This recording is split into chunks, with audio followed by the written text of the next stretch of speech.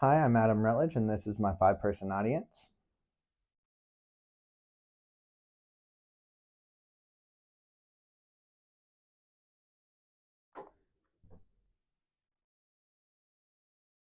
Hi, everyone. For my informative speech, I chose Tecumseh. In the CSN library database, I was only able to find 4 sources, and they were all videos.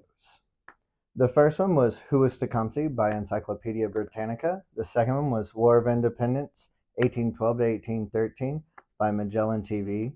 The third one, Episode 2, Tecumseh's Vision, which is part of the We Shall Remain America Through Native Eyes series from Film on Demand. And the last one I found was Jefferson's Vision of America, Part 5 by Dallas Telelearning. So, diving first, we'll talk about the basic information of Tecumseh from Encyclopedia Britannica. He was a Shawnee chief born in 1768 in the area of Piqua, which is now modern day Ohio.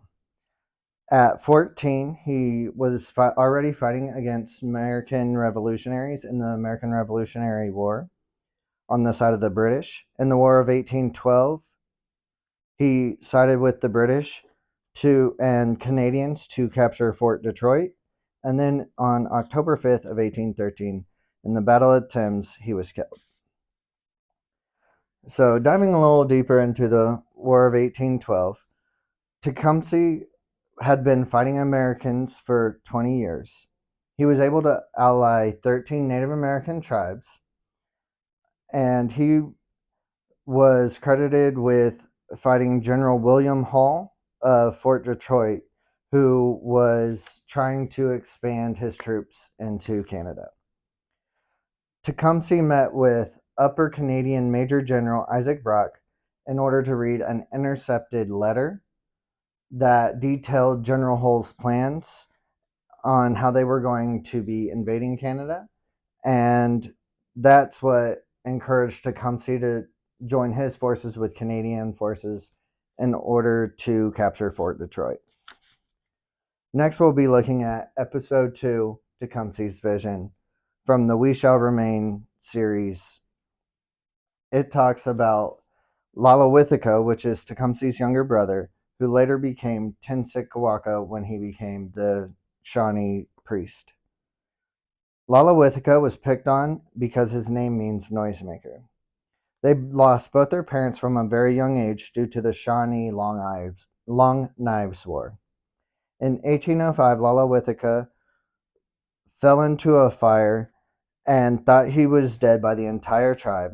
Shortly later, he came back to life and told a vision of the Great Spirit, telling him that the Native Americans were acting too much like white culture and needed to regain their own culture. Tecumseh then saw this as an opportunity to rally other tribes in order to fight to take back their land. Going further into their relationship moving into a fight, we look at Jefferson's Vision of America, Part 5. Tecumseh and now Tenskwaka were both spreading their messages and gathering tribes, moving from Greenville to Tippecanoe. The movement started out religious, with Tenskwaka leading the charge. Later, it became Tecumseh's way of gathering the different tribes to create a Native American confederacy. Tecumseh was able to reunite with the British in order to start fighting in the War of 1812, but the British were fighting a different war from Tecumseh. So, in conclusion, Tecumseh united many different Native American tribes to reclaim the land. Some say he's the main reason why Native Americans have reservations to this day.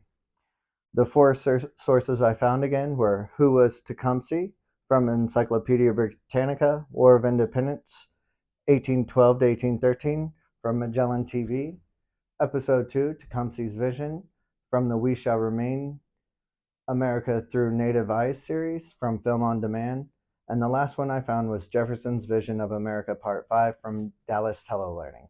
Thank you all for attending my speech.